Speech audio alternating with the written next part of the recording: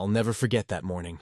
The day Karen finally pushed her act past ridiculous into something ripped from a low-budget crime show. Out of nowhere, 2 black SUVs roared up my lane like stunt cars late for a parade, tires spitting gravel, engines growling. They skidded to a stop in front of my gate, lights flashing red and blue in manic bursts. From a distance, you might have thought an FBI raid was underway. Up close, though, it looked more like a Walmart Black Friday sale on Christmas lights. The doors swung open, and 4 men piled out, dressed head to toe in identical knockoff black uniforms stitched with glaring patches. HOA Security Enforcement. Their boots hit the ground in perfect overdramatic unison, almost like they'd practiced a routine in the mirror. One of them shouted in a voice a little too high to be intimidating, "You're under arrest for non-compliance!" The neighborhood gasped in stereo. Across the street, curtains twitched open like synchronized swimmers. Heads peeked out, lips whispering, eyes wide.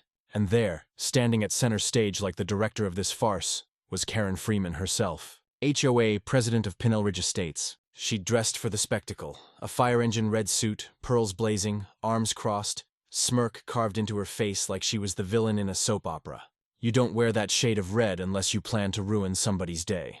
It might have been terrifying, honestly, if the details hadn't been so absurd. The badges clipped to their chests looked shiny enough to come from a birthday party goodie bag. The tallest guy's handcuffs, his handcuffs, still had the barcode price tag dangling from the chain.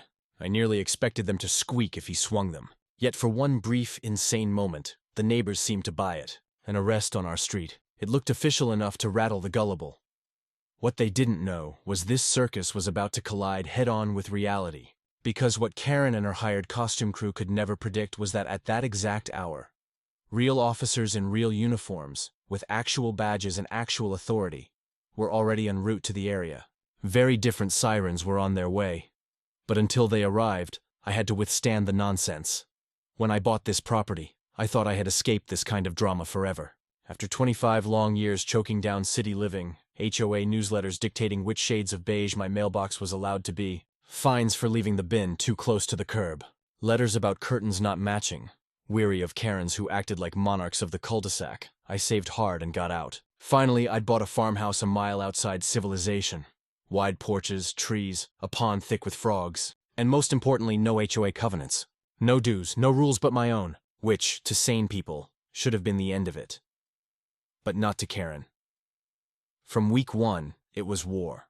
The HOA that bordered my land decided freedom was unacceptable. My deed was crystal clear, outside their jurisdiction. But the first week I moved in, Karen marched herself across my gravel drive, clipboard locked in her grip like it was the 10 Commandments of suburbia. "You'll need to register with the HOA immediately," she said like she was issuing federal summons. I actually laughed at the absurdity. "Ma'am, my land isn't in your HOA. I bought outside it on purpose." The smile froze on her face. You ever watch someone swallow a whole lemon in a single gulp? Sour, pinched lips, eyes narrowing to points. That was Karen's reaction. "Everyone in this community follows the rules," she snapped. "We cannot have outsiders lowering property values." That first introduction was really a warning shot. And after that, she never let up. Neighbors cracked along the fault lines immediately. A few of them, burnt-out retirees, veterans of Karen's constant nitpicking, welcomed me like a folk hero. They showed up with pies, handshakes, and whispered relief. "At least someone's free from her claws," they'd mutter, shaking their heads. Others weren't as brave. They avoided eye contact, ducked their heads, pulled their kids away from my fence. I knew why. Karen. She hissed threats in pearls. Her grip on fear was that tight. And then the campaign escalated. Rumors. "That man doesn't pay dues. He built without permits. His fence is dangerous." My fence, by the way, was older than Karen's entire HOA. Cedar slats hammered in the 1970s. But facts don't matter where gossip is HOA currency. When whispers didn't bend me, the letters arrived. Oh, the letters. Crisp white envelopes stamped with flashy golden seals. Compliance notices. Demands for $120 in delinquent dues. Threats of escalated enforcement. Enforcement of what, though? On land their bylaws didn't govern. I laughed, tossed them into my burn barrel, and kept on stacking firewood. But each notice grew bolder. One accused me of encroaching on protected community property with my driveway. The same driveway paved decades before the HOA was even incorporated. Another claimed my pond attracted unregulated pests. She was legislating against frogs now. The kicker? Those golden seals weren't fooling me. The eagle logo was lopsided, like a middle school doodle. But would my neighbors notice? Or would they just see the shine and assume it was ironclad law? Soon I started spotting strange cars idling at the end of my lane. Headlights off, windows dark, a long telephoto lens glinting in the moonlight, aimed like I was under federal investigation. Once, late at night, 2 black SUVs crept slowly past, quiet, prowling. I told myself it was paranoia, until the morning Karen strutted onto my yard, surrounded by muscle. She had brought HOA security. That's what the polos embroidered on their chests said. HOA security. Their tattoos suggested their last day job was probably collecting fees in a biker bar. With Karen clapping her hands, they crossed their arms in synchronized intimidation. "This is your final warning," Karen spat, shoving papers toward me. Failure to comply will result in serious consequences. I put down the hay bale I'd been carrying, wiped sweat from my forehead with exaggerated ease, and grinned. "Ma'am, the only thing I'm failing to comply with is your imagination. Unless you boys are here to lift feed sacks, you're trespassing." Her face flared crimson. Her pearls seemed to rattle. She snapped her fingers, and the guards leaned closer, clearly under instructions to look scarier. I couldn't help laughing. "What's next? You going to call the HOA police?" I asked, half joking. And as it turns out, jokes in Karen's world have a way of becoming law. That night, I sat on my porch swing, sipping iced tea under a sky woven with stars. Crickets performed their steady rhythm. Frogs croaked by the pond. A slice of peace I was savoring like medicine. But down at the tree line, lurking under branches, those same black SUVs, quiet, patient, watching, my gut tightened. This wasn't bluff anymore. Karen was staging something bigger, something louder than letters or lies. Some folks would have dialed the sheriff right then. But me, I've stared bullies down all my life. From childhood hallways to boardrooms, the pattern never changes. They puff their chests. They thrive on fear. And the moment you refuse to cower, everything in their game starts to crack. I made my choice. I wouldn't bend. If Karen wanted war, so be it. Truth and stubbornness are hard weapons to defeat. I didn't know then she was unhinged enough to stage a fake arrest with lights and uniforms. But the storm was gathering, and when it finally broke, even the neighbors too scared to wave at me would have their eyes opened. By week 3, the tension wrapped the neighborhood like a noose. My mailbox filled daily, not with bills or catalogs, but with HOA violations. My barn branded a fire hazard. My tractor labeled unsightly machinery. Karen had weaponized letterhead. She even demanded, this was real, that my pond be backfilled, because unregulated water breeds pests. Frogs? Outlawed by HOA decree. I didn't know whether to frame that notice or compost it. At first, I laughed hard at each envelope. Junk mail dressed up for Halloween. But laughter wears thin, because neighbors stopped knocking. Mrs. Parker no longer brought warm pies. She just muttered something about not getting involved and shut her door. The Wilson kids, who once played catch near my fence, started sprinting away whenever they saw me. Fake stamps, fake laws, but real damage in people's minds. And Karen knew it. When I caught the flicker of a telephoto lens by my hedgerow one night, I roared, "Get a good shot of my good side!" There was a flurry of branches as the prowler bolted into the woods. Another evening, I spotted a man idling at the end of my drive, clipboard balanced on his lap, jotting notes as though logging my life. I raised a coffee mug in salute, smiling wide. Let them see I wasn't scared. But bullies hate losing ground, and Karen was no different. A week later, I was hauling lumber for repairs when she came marching straight up my drive, heels clicking like gunshots. No more pretense of civility. No warning at the gate, no polite knock. Just Karen, storming in like she had a deed in her handbag. 2 security brutes at her flanks, clipboard angled like a weapon, voice sharp as broken glass. "You are in violation of multiple HOA codes," she barked, shoving papers at my chest. I dropped the board I was carrying and met her glare evenly. "Ma'am, you do realize this isn't Pinnell Ridge Estates? Your authority stops dead at your property line. My land is mine, not yours." Her nostrils flared. Her knuckles whitened on her blessed clipboard. And her eyes, her eyes narrowed to slits. "The community disagrees." Aloft. "Lady, your community is about to get laughed out of court if you keep this up." That's when one of her goons stepped forward, puffing his chest. "You better take this seriously. We can make things difficult." His tone dripped with threat, but his shirt collar was still wrinkled from the package. Real tough guy. I leaned in close enough he could smell the sweat and sawdust on me. "Buddy, unless you're here to hammer nails, you're trespassing. Leave before I call the real cops." Karen pulled him back, but not before spitting one last line. You'll regret defying us. Classic villain talk, like something straight out of a soap opera. Later that week, more letters arrived this time, claiming I owed late fees for not paying the original fines. 230. Now the fake legal ease was laughable. Failure to remit payment will result in escalated enforcement measures, including but not limited to detention. Detention. What was this? High school? But here's the part that chilled me. The letters had been slipped directly into my mailbox without postage. That meant someone was walking up to my house late at night, sliding them in. A violation of federal law on top of everything else. I set up trail cameras, motion-activated infrared, the whole works. Within 2 nights, I had my culprit, Karen herself, in heels creeping down my driveway like a cat burglar shoving envelopes into my box at midnight. The footage was grainy, but the outline of her red blazer was unmistakable. I couldn't resist. The next morning, I printed a still frame from the video and taped it to the mailbox with a sticky note. Smile for the camera. By noon, she was back at my gate screaming, "Bloody murder! You have no right to film me!" she shrieked. "On my property, lady. I can film squirrels if I want." Her face turned scarlet. She stomped away heels, sinking in the dirt, muttering about how I'd pay for this. And pay, she meant. Because soon after, things escalated from creepy to dangerous. One evening, as the sun dipped behind the hills, I heard engines. 2 black SUVs rolled slowly past my property windows, tinted, no plates visible. They circled twice, then stopped at the far end of the lane. I could see silhouettes inside talking on radios. For the first time, a shiver ran down my spine. This wasn't just HO drama anymore. This was turning into impersonation, intimidation, criminal territory. I texted a buddy of mine, a deputy in the sheriff's department, asking him to swing by sometime. He texted back, "Be careful. Some folks don't know where the line is until they're in cuffs."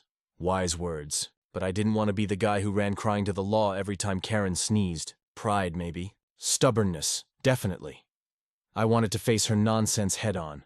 Prove she couldn't scare me off my land. What I didn't know was that her next move would make every letter, every threat, every SUV seem like child's play. Because Karen wasn't just whispering about calling the cops anymore. She was planning to be the cops. And that's how we arrived at the day. The HOA police stormed my gate. Fake badges flashing, ready to haul me off for non-compliance. Only they didn't realize who was coming up right behind them. The morning it all went down started deceptively calm. I was halfway through my second cup of coffee, leaning back on the porch swing, when the first wail of sirens split the air. Not the steady official kind of sirens that make your stomach drop. No, these sounded tiny, distorted like somebody's cousin had downloaded a police sounds app and cranked it through busted speakers. Still, the effect was enough. Birds scattered from the trees. Neighbors peeked from their curtains. And before I could set my mug down, 2 matte black SUVs came barreling around the corner. Lights flashing from cheap light bars duct taped to the roof. They screeched to a halt right in front of my gate. Tires spitting gravel. My first thought, well, I'll be damned. She actually did it. Outspilled 4 men, each dressed in identical black uniforms. The shirts bore patches that read HOA Security Enforcement in bold white letters, though the stitching looked like it had been done by a grandmother with cataracts. Their belts sagged under plastic handcuffs, pepper spray, and radios that weren't even on the same frequency. One guy's holster carried what looked suspiciously like a paintball gun painted black. I had to bite my lip not to laugh. "Step forward and place your hands behind your back." One of them barked voice, trembling with nervous energy. For what I asked loud enough for my camera to pick up, yes, I'd already set my phone recording. Never underestimate the value of evidence. "You are under arrest for non-compliance with community regulations." Another declared, unfolding a crumpled piece of paper like it was the Constitution. Behind them, my neighbors had started to gather. Mrs. Parker clutched her pearls. The Wilson kids whispered eyes wide, and then, like a queen presiding over her loyal subjects, Karen emerged. She stepped from her Lexus in a blazing red suit, clipboard clutched to her chest, a smirk stretching across her face. She looked like she was auditioning for the role of dictator of the cul-de-sac. "It's over, Mr. Thompson," she purred. "You thought you could mock the HOA, but now you'll face the consequences." I leaned casually against the gate. "Karen, if I didn't know better, I'd think you just raided the costume aisle at Party City." Her smirk faltered for half a second before she snapped back, motioning to her folk cops. "Take him in." The 4 imposters advanced boots, crunching on gravel, trying to look intimidating. But their movements weren't in sync, like they hadn't practiced. One guy tripped on the curb and had to jog to catch up. Another kept fiddling with his radio, pretending to talk to headquarters. I raised my voice so every neighbor could hear. "These clowns aren't real cops. Look at their uniforms. No badges, no name tags. And since when does the sheriff's office operate under the name HOA Security Enforcement?" Murmurs rippled through the crowd. Mrs. Parker frowned. A few others exchanged uneasy glances. Doubt was setting in. Karen, sensing her grip slipping, screeched, "Don't listen to him. He's dangerous. Arrest him." One of the men pulled out zip ties, clearly planning to bind my hands. Another reached for the gate latch. I stepped forward, calm as a preacher at Sunday service. "Touch that gate and you'll be trespassing. And just so you know, this is all being filmed." Every second I held up my phone, the little red recording light glowing like a warning beacon. For a split moment, hesitation flickered across their faces. Then Karen snapped again, voice shrill. "Do it now." They tried intimidation first. One puffed his chest. "Sir, refusal to comply will result in escalated enforcement." I chuckled. "Escalated enforcement? What are you going to do? Fine me for my mailbox height?" The neighbors laughed nervously, a few even nodded. That only enraged Karen more. She stomped her heel into the gravel and jabbed her clipboard toward me like it was a sword. "This isn't a game. You're finished today." Her words rang hollow, but her eyes burned with desperation. She had staked everything on this circus act, and I was ruining the performance. The imposters pressed closer. One grabbed the gate, shaking it like he could rattle it off its hinges. Another waved his fake badge in my face. I could see where the laminate was peeling. "Last chance." The leader barked, zip ties stretched in his gloved hand. I tilted my head, smiling. Funny thing about last chances, they tend to backfire when you're the one bluffing. Karen shrieked. "Enough of this. Break the gate if you have to." That was her fatal mistake. Because the moment those words left her lips, I heard it. The faint, unmistakable whump whump whump of helicopter rotors cutting through the morning air. At first, I thought I imagined it, but the sound grew louder, deeper, vibrating in my chest. Then I noticed the imposters' faces. Their bravado melted into confusion. One even glanced skyward, eyes wide. Behind them, down the lane, came the roar of heavy engines. Real law enforcement SUVs, armored and gleaming, rolled into view. Their lights weren't the flickering knockoffs of Karen's circus. They were the piercing beams of authority, undeniable and real. And above, circling like hawks, 2 helicopters cast shadows across the neighborhood. The crowd gasped. Mrs. Parker clutched her husband's arm. Kids pointed skyward, mouths open. For the first time, Karen's confident smirk faltered. The fake cops froze mid-step. One muttered, "Oh, hell!" The cavalry had arrived. And suddenly, this little HOA drama wasn't just a neighborhood squabble anymore. It was about to turn into a full-blown takedown. If you've never stood behind your own gate while 4 wannabe stormtroopers in party store uniforms tried to arrest you, let me tell you, it's equal parts comedy and horror. Comedy because their act was pathetic. Horror because a few neighbors actually believed it. Fear has a funny way of making people ignore common sense. The imposters tightened their little formation, trying to look tough. One guy shook his zip ties like he was about to hog-tie a steer. Another clutched a flashlight in broad daylight, clicking it on and off, as if that made him look more official. I raised my hand calmly. "Gentlemen," I said, "you might want to check your jurisdiction. This here's private property, and unless the sheriff suddenly outsourced his duties to HOA security enforcement, you're trespassing." Karen swooped in before they could respond, clipboard raised high. She leaned against the gate, peering at me through the bars like a queen addressing a prisoner. "Don't listen to him. He's a troublemaker. He's a threat to this community." "Karen," I said slowly, "the only thing I'm a threat of is your ego.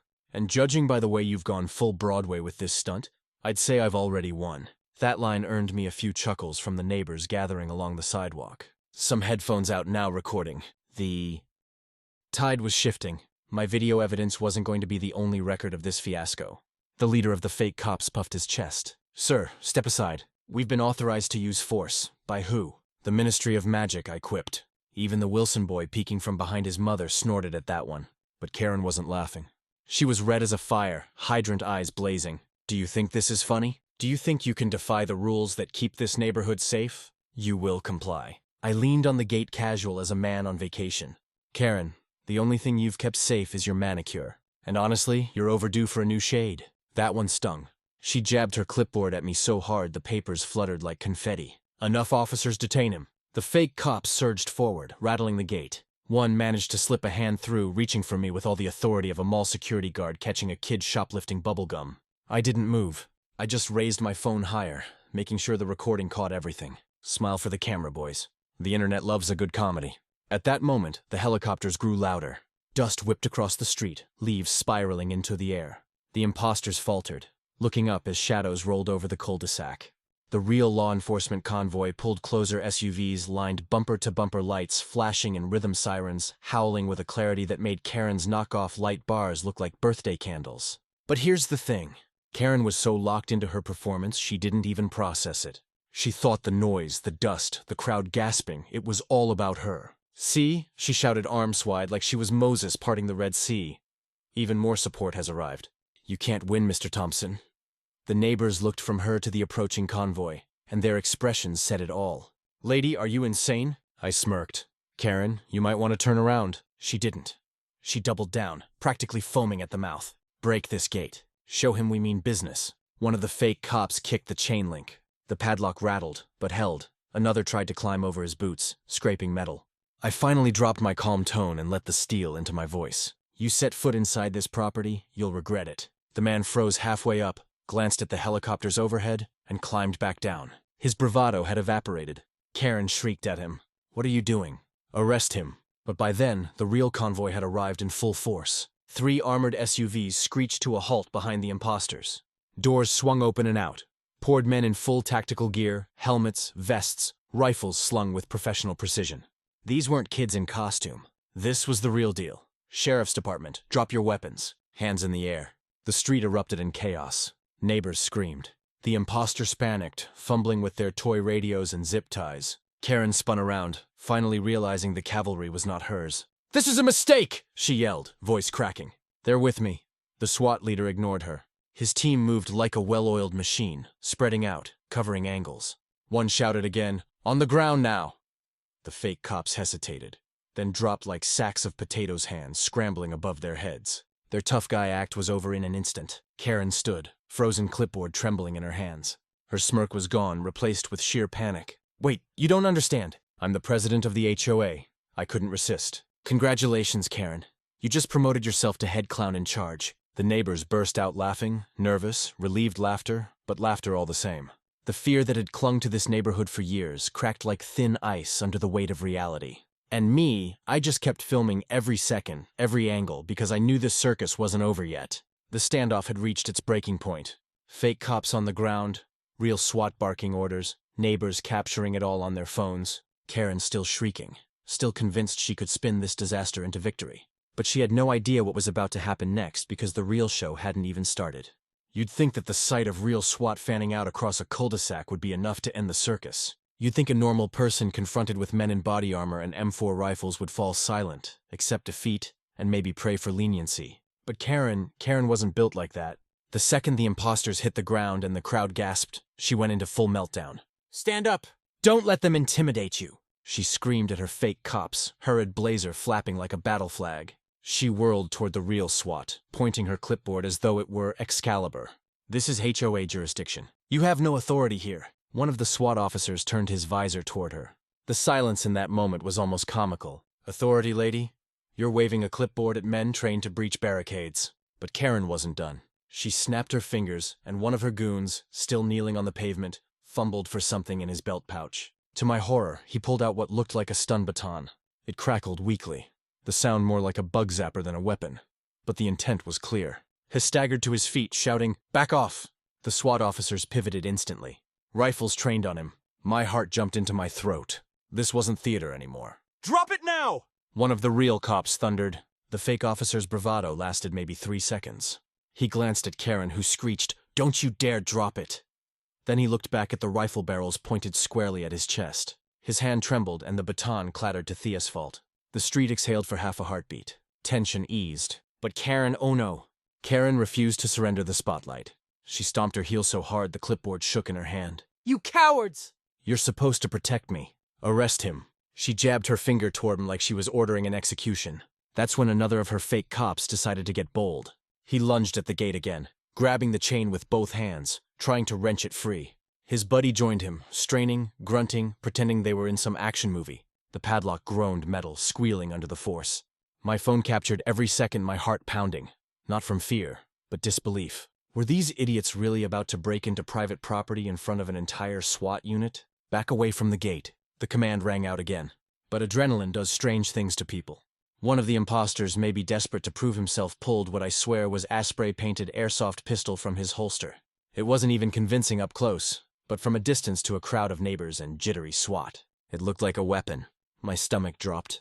The officer closest to him shouted, "Gun, drop it!" Time slowed. The imposter raised the airsoft pistol halfway, then froze as a blinding spotlight from the helicopter overhead zeroed in on him.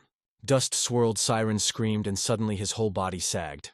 He dropped the toy with a clunk that echoed in the silence. Hands on his head, he fell to his knees. Now the neighborhood was in full chaos. Kids cried. Parents pulled them back. Mrs. Parker fainted right into her husband's arms. Neighbors who had once whispered about my non-compliance now shouted, "Get them out of here." And through it all, Karen screeched like a banshee, "This is harassment. These are my officers. I demand you arrest that man." She pointed at me again, but her voice cracked under the weight of panic. I couldn't resist. I cup-puffed my hands and shouted over the noise, "Karen, your little HOA Halloween party is over. Go home." The laughter that rippled through the crowd was the final nail in her coffin. Her authority, her intimidation, her entire little empire crumbling in real time. But Karen wasn't about to go quietly. She shoved past one of the SWAT officers, clipboard raised as if she might strike me through the bars. "This is my neighborhood. You don't belong here." She didn't get to finish. The officer gently but firmly grabbed her wrist, twisting the clipboard free. Papers scattered like leaves fluttering to the ground. The sight of HOA fines and fake summons swirling in the wind was poetic justice. "Ma'am, you need to step back," the officer warned. Karen thrashed. "Don't touch me. I'm the president." "Not anymore," someone in the crowd muttered, and laughter erupted again.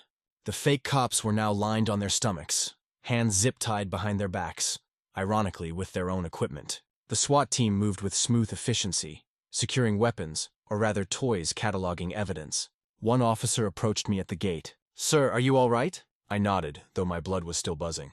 "Better than them," I said, gesturing to the pile of imposters groaning on the pavement. Karen heard me and shrieked, "This isn't over. I'll sue you. I'll sue all of you." I shook my head. "Karen, the only thing you're qualified to sue is your tailor for that blazer." Even the SWAT officer cracked a smirk at that. But just when I thought the worst was over, Karen made one last desperate move. She darted toward the fake cops as though she could rally them back to her cause. Her heels slipped on the gravel, but she pressed on, shrieking about sovereign HOA authority like a general who didn't realize the war was lost. The officers intercepted her, hands up, blocking her path. She shoved one hard. That was it, the final straw. "Ma'am, you are under arrest for obstruction," the SWAT leader declared. The crowd erupted in cheers.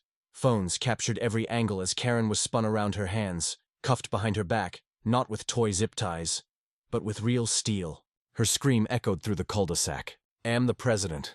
And just like that, the HOA queen was dethroned in front of her entire kingdom. For me, behind that gate, it was the sweetest victory I'd ever tasted. But I knew this wasn't the end because once the dust settled, the truth about this fake HOA police force would come out.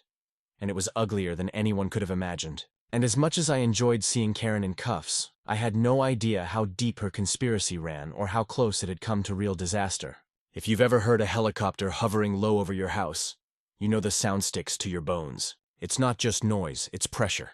A deep pounding thump that rattles windows, shakes your chest, and makes every dog in the county lose its mind. That morning, as Karen was dragged backward, kicking and screaming, the rotors grew louder. Two massive black helicopters loomed overhead, spotlights cutting through the dust storm they churned up. Leaves swirled, neighbors shielded their eyes, and kids clutched their parents' legs in awe and terror. The imposters, still face down on the asphalt, twisted their necks to stare up at the sky, realization dawning on their faces. Whatever script they'd rehearsed in their heads, it hadn't included this. I admit, even I was stunned. I'd expected the sheriff, maybe a couple deputies. But seeing SWAT SUVs backed by helicopters circling like hawks, that was a whole new level of surreal. For once, I wasn't the only star of the HOA show. This was a full-blown production, and Karen's HOA police force had just been upstaged. The helicopters dropped lower, one circling wide, the other holding steady over the cul-de-sac. Through the glare of the spotlight, I could just make out figures inside door gunners with rifles braced, scanning the scene like they were in a combat zone. The imposters whimpered into the pavement. SWAT officers shouted clear commands over the roar. "Stay down, don't move." Their voices cut like steel, practiced and precise. Karen, however, refused to grasp reality. "This is illegal," she screeched voice, almost swallowed by the rotors. "I am the HOA president. You have no authority over me." One officer standing a foot taller than her didn't even blink. "Ma'am, you're under arrest. Stay still." Her shrill reply was carried away in the wind. The neighbors were in shock. Some clutched their phones so tight their knuckles turned white. Others whispered in disbelief, "Is this really happening? Are those military helicopters?" I could see the shift happening in real time. Fear had once kept them silent under Karen's thumb. But now that same fear was dissolving, replaced with something new: relief. Relief that the monster they'd tiptoed around was finally being dragged into the light.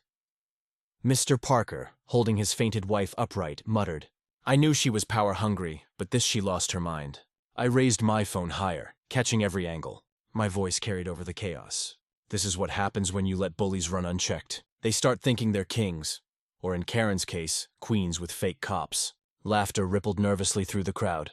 Then, in the chaos, one of the fake cops tried a final act of defiance. Still zip-tied, he rolled onto his back and shouted up at the helicopters, "We're the real law here." The spotlight snapped down on him like God's flashlight. The beam was so bright he flinched, squeezing his eyes shut. "Shut it down," a SWAT officer barked, kicking his legs apart to keep him pinned.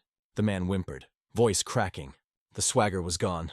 Karen shrieked at the sight. "Don't you dare touch my officers. They're HOA certified." I couldn't help myself. I hollered back. Certified by who? The Dollar Store Academy. Even one of the armored officers smirked under his visor. By now the noise was overwhelming. Dust whipped into my yard. The American flag I kept by the porch snapped violently in the wind. But I stood firm, hands gripping the gate, watching the farce unravel. The SWAT commander, broad-shouldered and calm, stepped forward and addressed the crowd. "Ladies and gentlemen, remain calm. These individuals were impersonating law enforcement. They are now in custody. There is no danger to the community." The words landed like a thunderclap. Neighbors who had once whispered about me, who had avoided eye contact, now turned their cameras on Karen and her imposters. For the first time, they weren't afraid. They were outraged. A mother near the back yelled, "You scared our kids." Another man added, "You could have gotten us all killed." Karen's eyes darted wildly. She hadn't expected the tide to turn so fast. Her kingdom of fear was collapsing right before her eyes. Then came the moment I'll never forget. The commander raised his hand and through the helicopter's loudspeaker boomed a single order. "Secure the area." SWAT moved with mechanical precision. Officers swept the SUVs, pried open trunks, and pulled out duffel bags filled with cheap uniforms, fake badges and laminated papers stamped with Karen's beloved gold seal. Evidence spilled across the street, proof of the whole charade. The crowd gasped. One little boy whispered, "It's all fake." And that was it. The illusion shattered completely. Karen howled, "No, those are official documents." "You can't." The commander cut her off. "Ma'am, this ends now." In that instant, the absurdity of it all hit me. A suburban HOA president had tried to stage her own private police force, complete with fake uniforms, toy weapons, and bogus arrests, all to drag me into compliance with rules that didn't even apply to my land. And now, with helicopters shaking the sky and armed officers hauling her, screaming into custody, the entire neighborhood saw the truth. She wasn't a leader. She was a tyrant who finally tripped over her own power grab. I leaned on the gate, letting the dust wash over me, and spoke loud enough for my camera and every neighbor to hear. And that, folks, is why I don't join HOAs. The cheer that erupted almost drowned out the rotors. Almost. Because even as Karen was shoved into the back of a police SUV, I couldn't shake the feeling there was still more to uncover. Who funded her fake cops? Who let this scheme get so far? The sound of the helicopters faded into the distance. But the questions roared louder than ever, and I had a feeling the answers were about to get a whole lot uglier. When the dust began to settle, you could feel the weight of authority shift. For weeks, Karen had strutted around like a dictator, lording over terrified neighbors with her clipboard and phony citations. But now the real deal had arrived, and the contrast was night and day. The SWAT commander barked orders that cut through the roar of the helicopters. "Secure the perimeter. Check the vehicles. Keep the civilians back." His voice wasn't loud. It was steady, controlled, and full of real authority. You could tell immediately who was in charge. The imposters, still face down on the asphalt, whimpered as officers knelt on their backs, securing zip ties. Their cheap radios squawked uselessly, one still tuned to a local FM station. The one who'd waved the airsoft pistol earlier now sobbed openly, begging. "I didn't know." She said it was legal. Karen, however, refused to quit. Even in cuffs, she twisted around like a cat in a cage. "You don't understand. I am the law here. These men are legitimate." She jerked her head at me. "He's the criminal." The commander didn't flinch. "Ma'am, you are under arrest for conspiracy impersonating law enforcement and obstruction of justice." "Stay quiet." Karen howled like a banshee. "I'm the president of this hoe." I couldn't resist. "And now you're the vice president of making terrible life choices." That got a few chuckles from the crowd. Even one officer shook his head like he was trying not to laugh. The real SWAT moved fast. Within minutes, they had the fake SUVs popped open. Outspilled duffel bags full of fake uniforms, laminated citations, rolls of duct tape, and more zip ties than a hardware store clearance rack. One officer held up a clipboard almost identical to Karen's, except this one had arrest warrants scrolled in Comic Sans. Good God, I muttered into my phone, still filming. They actually thought this would work. The neighbors gasped at each new discovery. The Wilson boy whispered, "They were going to take you away." His mother hugged him tighter. Mr. Parker shook his head, muttering to anyone who'd listen. All this just to make a man mow his lawn their way. This neighborhood lost its mind. But the real gut punch came when the SWAT officer announced loudly for the record. These individuals were paid operatives. We found payment envelopes in the vehicle's cash in Karen Morgan's handwriting. The crowd erupted. A dozen phones zoomed in on Karen, her face pale as chalk. She screeched, "That's not mine. Those are planted." The commander ignored her. He turned toward me at the gate. "Sir, we'll need your statement, but rest assured, you are not in any trouble. You're the victim here." Victim didn't even begin to cover it. I'd been stalked, harassed, photographed, threatened, and nearly zip-tied in front of my own house. All because I dared to live outside the HOA's clutches. "Happy to cooperate," I said, my voice steady but laced with sarcasm. "And just so you know, I've got every minute of this mess on video." The officer nodded. "That's going to help a lot." Meanwhile, them posters were marched one by one to the back of real patrol vehicles. Their tough guy swagger was gone, replaced by slumped shoulders and bowed heads. One muttered, "We thought she had authority." Another snapped, "She said the sheriff was in on it." Karen shrieked, "Stop talking. Don't say a word. I'll handle this." The officer beside her snorted, "Ma'am, the only thing you'll be handling is a court date." The neighbors laughed outright this time. Laughter, the very sound Karen had spent years stamping out, now filled the air. It was like watching a dam burst. I walked up to the gate, careful not to cross the line. My phone still recording. I called out for the crowd to hear. "Folks, let this be a reminder. Real authority doesn't need clipboards or fake badges. It doesn't need intimidation or rumors. It stands on truth." The cheer that went up startled even me. Neighbors clapped, some whistled. Mrs. Parker finally revived, dabbed her eyes, and whispered, "Thank God." Karen spat toward me, her voice breaking. "You think you've won? This isn't over." I raised my brows. "Karen, the only thing that's not over is your legal bills." Even the SWAT commander cracked the faintest grin before turning back to his men. By the time the helicopters peeled off, the imposters were secured. Karen was locked in a squad car, and the neighborhood had witnessed something none of us would ever forget. The power dynamic was shattered. The queen bee had been smoked out of her hive, and the swarm she'd once controlled was suddenly free. As the last of the imposters was hauled away, I caught the eye of the Wilson boy again. He whispered, "You're not the bad guy." I crouched down, smiling at him through the gate. "No, son. Sometimes the loudest voice isn't the right one, remember that." But even as the adrenaline began to fade, I knew this story wasn't done. The arrests were just the beginning. What about the fake documents, the money, the scheme itself? Who else had helped Karen pull this off? I leaned back against my fence, the dust finally settling my phone, buzzing with neighbors already sending me clips of what they'd recorded. This HOA war had been broadcast to the world, and I had the receipts. Karen had played her last card, and the real authorities had slammed it back in her face. But the aftermath, the fallout, was going to be just as wild. And believe me, I was ready for it. The following days felt like living inside a headline.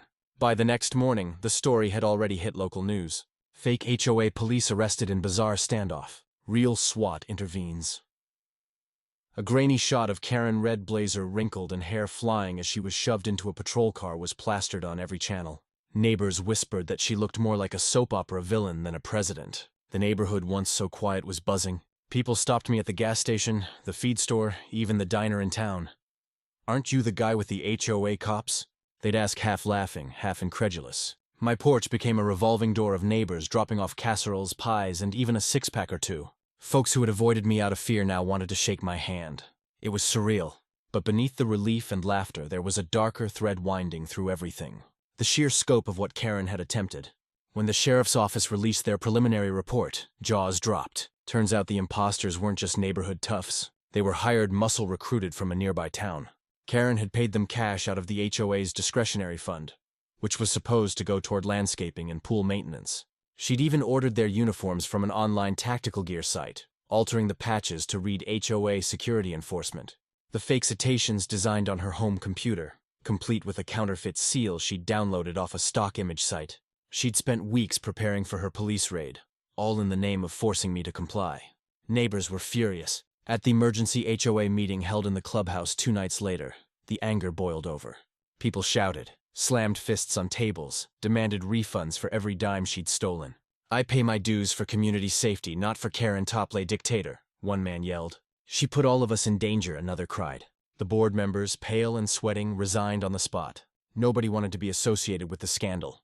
The Ocho once feared like a shadow government was crumbling in real time. Karen herself wasn't seen again. Rumor had it she'd been denied bail. The charges stacked up like bricks. Conspiracy, impersonation of law enforcement, misuse of funds, harassment. But what struck me most was how quickly the fear she'd cultivated evaporated. The same neighbors who once crossed the street to avoid my gaze now gathered at my fence line, swapping stories and laughing about the whole fiasco. Mrs. Parker, who had fainted during the standoff, brought me another pie.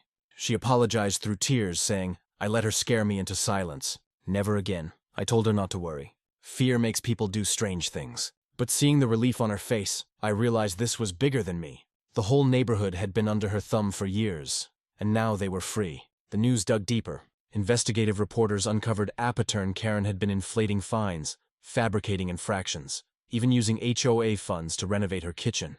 People started coming forward with horror stories. Families fined thousands for lawn gnomes for kids' bikes left outside for painting shutters the wrong shade of beige. The fake police stunt wasn't the beginning. It was the grand finale of a long con.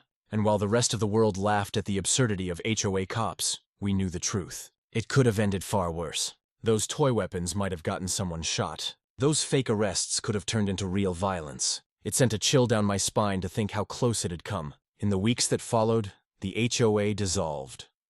The remaining funds, what hadn't been siphoned into Karen's schemes, were redistributed to the homeowners. The pool gates were chained shut, the newsletter stopped arriving, and the clipboard dictatorship was over. As form, life got quieter. The cameras I'd installed stayed up, but now they mostly caught deer raccoons and the occasional neighbor dropping off cookies. The SUVs stopped circling. The only officers patrolling my property now were barn cats chasing mice. But I'll admit, sometimes at night when the wind was still, I'd hear the phantom echo of those rotors in my head. The thump-thump-thump that had saved me exposed her and changed the neighborhood forever. One evening, about a month after the fiasco, I was sipping iced tea on the porch when the Wilson boy walked up. He shifted nervously, hands in his pockets. "Mr. Thompson," he said, "I just wanted to say, I'm sorry. I thought you were the bad guy. Mom said we shouldn't talk to you, but you stood up to her. Nobody else did." I smiled, ruffling his hair. "That's all right, son. The truth has a way of getting out sooner or later." He grinned, then asked the question I knew was coming. "Do you think she'll come back?" I shook my head. "Not in the way you remember her." And with that, he smiled, satisfied, and ran off to play. The neighborhood was healing slowly but surely. But me, I couldn't help wondering if one woman with a clipboard and a power complex could take things this far. How many other HOAs across the country were pulling the same tricks, just with less helicopters involved? That thought stayed with me, and I knew one thing for sure. My story wasn't the only one worth telling, because bullies come in many forms, and sometimes they wear a red blazer and call themselves president. The weeks that followed were a strange mixture of relief and reckoning. Relief, because Karen and her HOA police were gone, locked away behind bars where their fake uniforms couldn't intimidate anyone ever again. Reckoning, because the community had to face a hard truth. They had allowed fear, gossip, and one woman's power trip to dictate their lives for far too long. The legal process was brutal for her. Court documents revealed everything. The bank withdrawals, the online orders for uniforms, the fake stamps she'd ordered from overseas. The DA laid it all out like a play-by-play, and every neighbor watched the coverage jaws slack. "She really thought she was untouchable," Mrs. Parker said one afternoon as we stood by the fence. I think part of me believed it too. I nodded. "That's the trick with bullies. They act like they've already won. Makes everyone too scared to call their bluff. And I'd seen enough of Karen to know she thrived on that fear. Without it, she was nothing more than a loud woman with a clipboard. The HOA itself collapsed within weeks. No board, no funds, no bylaws. Just a group of homeowners learning how to live without being policed for the color of their shutters. Funny thing, the neighborhood didn't fall apart. Lawns stayed trimmed. Kids still rode bikes. And nobody's property value collapsed into oblivion. If anything, people looked freer, happier. We even had a block party. A real one, not the approved kind. Karen used to micromanage with sign-up sheets and penalties for late arrivals. Folks brought barbecue baked beans and cold beer. For the first time in years, laughter rang out across the cul-de-sac without the sound of Karen's heels clicking in disapproval. Neighbors who'd once avoided me now pulled up chairs beside mine. Some apologized, others simply said, "Thank you." And I realized something. I wasn't just fighting for myself when I stood at that gate. I'd been fighting for them too, even if they didn't know it yet. As for me, my life settled back into a rhythm. I worked my land, tended my barn, and enjoyed the quiet that came with being free from constant harassment. But the memory of that morning never left me. The flashing lights, the fake cops, their old SWAT swooping in like avenging angels. There were nights I'd sit on the porch, the cicadas buzzing, and replay the sound of those rotors in my head. That noise had been chaos, but it had also been justice descending from the sky. And it reminded me how thin the line is between farce and tragedy. One wrong move, one panic trigger finger. And that story could have ended very differently. Karen's sentencing came 3 months later. The courtroom was packed. Neighbors filled every bench, some whispering prayers, others shaking their heads in disbelief. The judge laid it out bluntly. You abused your position of trust. You endangered lives. You fabricated authority, and you did it all for control. Karen tried one last plea. She rambled about preserving property values and defending the community. But her voice wavered, and no one believed her anymore. The sentence, years in prison, fines so steep she'd never pay them off. When the gavel fell, the room erupted in applause. People hugged. Mrs. Parker actually wept. For once, it wasn't fear binding the community together. It was relief, solidarity, and maybe even a little joy. I walked out of that courtroom with my head high, not because I wanted glory, but because I knew the truth had finally prevailed. Back at home, life felt simpler again. The cameras I'd set up still watched the driveway, but mostly they caught raccoons tipping over trash bins.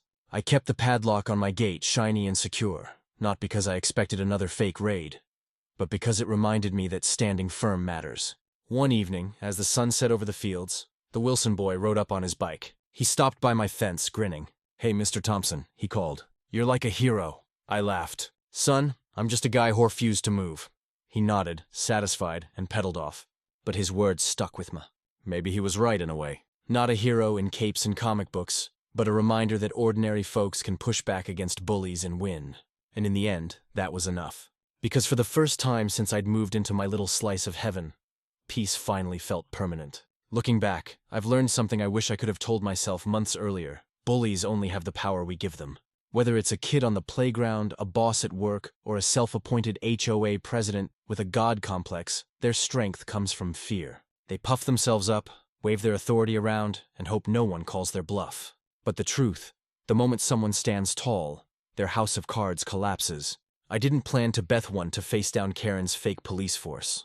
I just knew I wasn't going to let intimidation define my life. And when I refused to bow, others found their courage too. My neighbors saw what happens when you replace silence with laughter, fear with defiance, and lies with truth. It's a lesson I think applies far beyond my little corner of the world. Stand firm, document everything, and don't be afraid to shine a light on corruption.